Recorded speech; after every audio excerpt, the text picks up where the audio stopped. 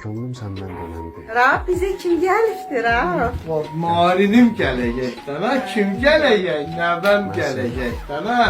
Biz sana qurban olum ha.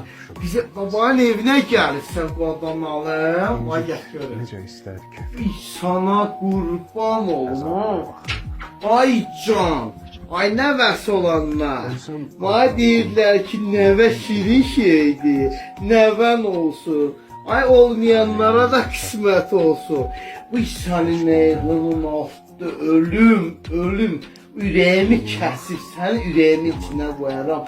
Sana qurban olmam. Bu sana qurban ha. Nə ananın üzünü görmüşəm, nə sənin üzünü görmüşəm. Hayca! Allah baba məni 5 dəqiqəlıq gözümü açar. Sənin üzünü görəmdən nə olar ki ha? Sənin şirin payına qurban olum. Ay Allah sana qurban olum. Olmayanlara da qismət elə. Ay Allah. Hayca, ay be tarafbanı. Maşallah.